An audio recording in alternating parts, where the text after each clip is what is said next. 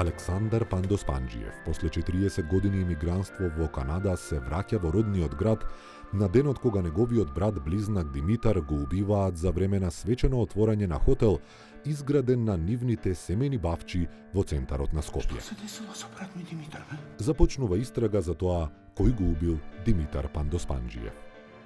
Дали тоа се некогашните деловни партнери на Димитар, бизнисмените Петар и Тодор, со кого Димитар ги нарушил односите?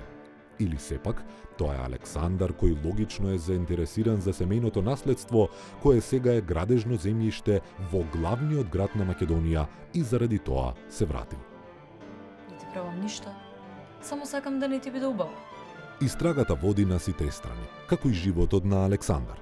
Образован, интелигентен, богат, успешен, после многу време се враќа во Македонија за да го состави семејството што во годините на неговото отсуство се распаднало на парчиња. Тука сме и ќе останеме.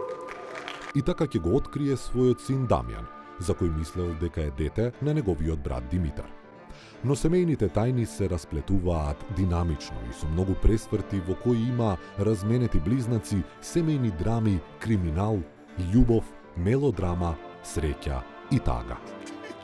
Се што создал животот во време на 50 години, кога семејството Пандосpanđиеви од предвоени богаташи стануваат сиромашни занаетчии, па се до повторното издигање со капиталот, знаењето и љубовта што со себе ќе донесе обединителот на семејството Александар. Големиот пресврт е кога Александар ќе открие дека Дамјан, кој заради загубата на семејството во сообраќајна несреќа бара мотив да продолжи да живее, всушност не е дете на неговиот брат-близнак Димитар, туку негов син, за што тој не знае. Тури му пепел. Така, сега веќе таткото и синот ќе се соочат прво со самите себе си, а потоа и со старите непријатели на семејството. Пред 40 години, заради љубомора кон една жена, Лена, тинејџерското другарување ќе се претвори во борба помеѓу Александар и Арсен, сегашен богат бизнисмен и моќен политичар во Македонија, и неговиот син Жанко, Бониван, хазардер, разгалено детиште и криминалец, кој ќе се судри со Дамјан повторно заради љубовта кон една жена, Ана.